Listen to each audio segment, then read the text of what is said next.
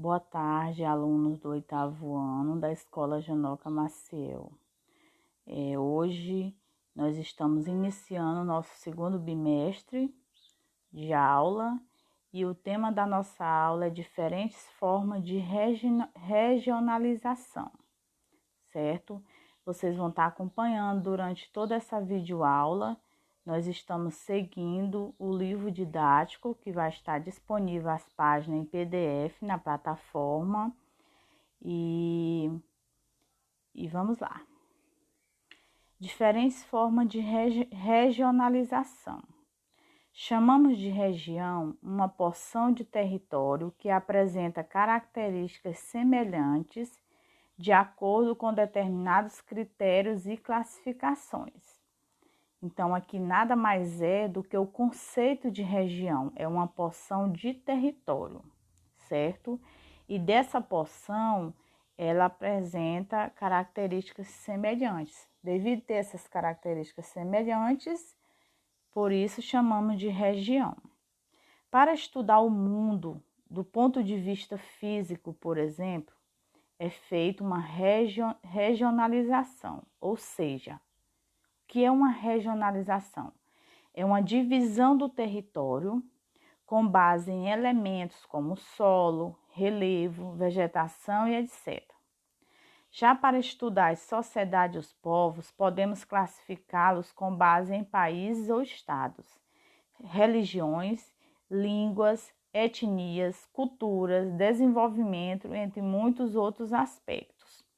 Então, durante todo esse parágrafo aqui, a gente viu o quê? Conceito de duas coisas, região e regionalização, certo? A regionalização, ela pode ser feita com base em vários critérios. Critérios naturais, econômicos, políticos, sociais e culturais, entre outros. Quais são os critérios naturais? Clima, hidrografia, vegetação. Critérios econômicos, produção industrial ou agrícola, renda per capita, uso de tecnologia. Critérios políticos, regime de governo. Critérios sociais, taxa de mortalidade e de fecundação, indicadores sociais e IDH. O que significa IDH, gente? Índice de Desenvolvimento Humano. E os critérios culturais são as religiões e etnias. Então, a regionalização nada mais ela é feita com base em vários tipos de critérios, né? Revisando naturais, econômicos, políticos, sociais, culturais, entre outros. Por meio das regionalizações, podemos estudar um conjunto de países, comparando diferenças e semelhanças e analisando aspectos gerais e particulares. Nós temos aqui o planisfério, que é a divisão em 6 continentes. Uma das formas de regionalização mais conhecida é o agrupamento dos países em continentes. O principal critério é a extensão contínua das grandes porções de terras emersas. No entanto, o aspecto de caráter histórico, cultural e social também são considerados em sua formulação. Então, os 6 continentes do planeta, eles foram divididos, eles foram formados a partir de uma forma de regionalização. Então, quais são os 6 continentes? A África está representado pela cor vermelha, né? América, laranja, Antártida, lilás, Ásia, verde, Europa, rosa e Oceania, um vermelho mais claro. Então, nós temos 6 continentes. Grandes áreas geoculturais. Outra possibilidade de regionalização, fora a formação do agrupamento que a gente já viu dos países em continente, é o agrupamento de países por conta de suas características culturais e históricas. Assim, as regiões são formadas com base em aspectos como etnias, línguas, religiões, tradições, hábitos alimentares, costumes e economia, comuns a uma sociedade ou a um grupo de países. O geógrafo Yves Lacoste divide o espaço mundial nas seguintes áreas geopolíticas, que podem ser observadas mais à frente no mapa. Então, esse geógrafo, ele dividiu o mundo em 10 áreas geoculturais. Quais são essas 10 áreas? América do Norte, América Latina, Europa, mundo islâmico, mundo africano, mundo indiano, russos ortodoxos, Extremo Oriente, Ásia de Sudeste, Austrália e Oceania. Cada área geocultural dessa é formada por alguns países. A América do Norte é formada pelo Canadá e os Estados Unidos. A América Latina, formada pelo México, países da América Central, do Caribe e da América do Sul. Europa, todos os países da porção ocidental e parte dos países orientais desse continente. Mundo Islâmico, norte da África, Oriente Médio e alguns países da Ásia Central, onde predomina a religião islâmica. Mundo Africano, África subsaariana.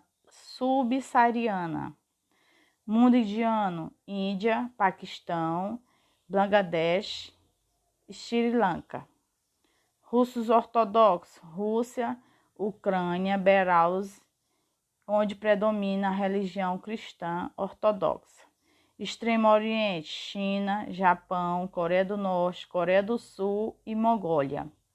Ásia de Sudeste, ilhas e países como Indonésia, Tailândia, Vietnã, Camboja e Laos. Austrália e Oceania, entre os países Austrália, Nova Zelândia, as diversas ilhas e arquipélagos do entorno. Aí aqui nós temos o planisfério, né, que mostra as grandes áreas geoculturais que nós acabamos de ver. Regionalização por critérios ambientais. Os critérios ambientais podem ser utilizados para regionalizar e identificar espacialmente as semelhanças e as desigualdades no uso de recursos naturais, nos impactos ambientais e na vulnerabilidade ambiental em diferentes regiões. O uso intensivo e indiscriminado dos recursos naturais tem agravado os problemas ambientais do século XXI. Entre os principais problemas ambientais da atualidade, destaca-se a ameaça à biodiversidade, a degradação e consequente perda de fertilidade dos solos, a desertificação, o estresse hídrico e o aquecimento global. Então, entre os principais problemas ambientais, os que têm se destacado são esses, né? A ameaça à biodiversidade, a degradação e consequente perda de fertilidade dos solos, a desertificação, o estresse hídrico e o aquecimento global. Regiões de biodiversidade ameaçada. Em grande parte dos países com maior desenvolvimento, extensas áreas de floresta e de vegetação nativa já foram intensamente devastadas. O elevado consumo de recursos naturais nesses países estimula a busca em outras regiões do mundo. Como resultado, nos países em desenvolvimento, a exploração de recursos naturais tem colocado em risco áreas com elevada diversidade ambiental. Podemos utilizar a biodiversidade ameaçada como critério de regionalização. Observamos no mapa como muitas áreas se localizam em territórios de países em desenvolvimento e como grandes áreas dos oceanos também estão ameaçadas.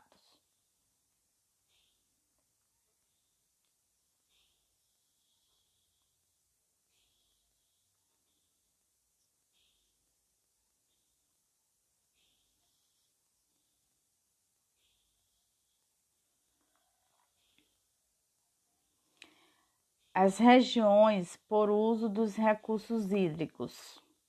A água é fundamental para as atividades agrárias e industriais e, sobretudo, para a sobrevivência do ser humano. A distribuição dos recursos hídricos pela superfície terrestre é irregular. Alguns países têm menor disponibilidade de água do que outros. O aumento do consumo e a contaminação aumenta a vulnerabilidade hídrica de muitos países. Segundo o relatório de 2016 da Organização das Nações Unidas para a Alimentação e Agricultura, FAO, atualmente cerca de 70% de água disponível para consumo é usada na irrigação. Para suprir o aumento da demanda por água, aumenta-se a captação e muitos rios passam a ser desviados. Para quantificar a escassez de água de um país, também chamada de estresse hídrico, é utilizada o quê? É utilizada uma taxa determinada pela relação entre o uso, a disponibilidade e a capacidade de reposição de água pelo meio ambiente. Nos países em condição de estresse hídrico extremamente alto, o uso dos recursos hídricos é superior a 80% da disponibilidade anual. Então, para quantificar a escassez de água, que também é chamado de estresse hídrico, é usada essa taxa, né? Que calcula a relação entre o uso, a disponibilidade e a capacidade de reposição de água pelo meio ambiente. No mapa a seguir, nós vamos poder observar a regionalização dos países de acordo com a vulnerabilidade em relação ao estresse hídrico, ressaltando-se ainda uma grande área de país que apresenta estresse hídrico alto e extremamente alto. Então, aqui nós temos o planisfério do estresse hídrico. Os países que estão na linha vermelha, eles possuem estresse baixo, né? Menor do que 10%. Laranja, estresse baixo a médio. Vem o laranja mais forte, extremo médio a alto. O vermelho, estresse alto. E o vermelho mais escuro, cor da cor de vinho, estresse extremamente alto. Então, você observa que aqui mostra como foi feita a regionalização dos países com relação ao estresse hídrico. Então, aqui nós encerramos a nossa aula sobre os diferentes tipos de regionalização. Eu espero que vocês tenham entendido. Em seguida, vai estar postado na plataforma a atividade 1 do segundo bimestre, que é relacionada a este conteúdo, certo? E eu desejo a todos bons estudos.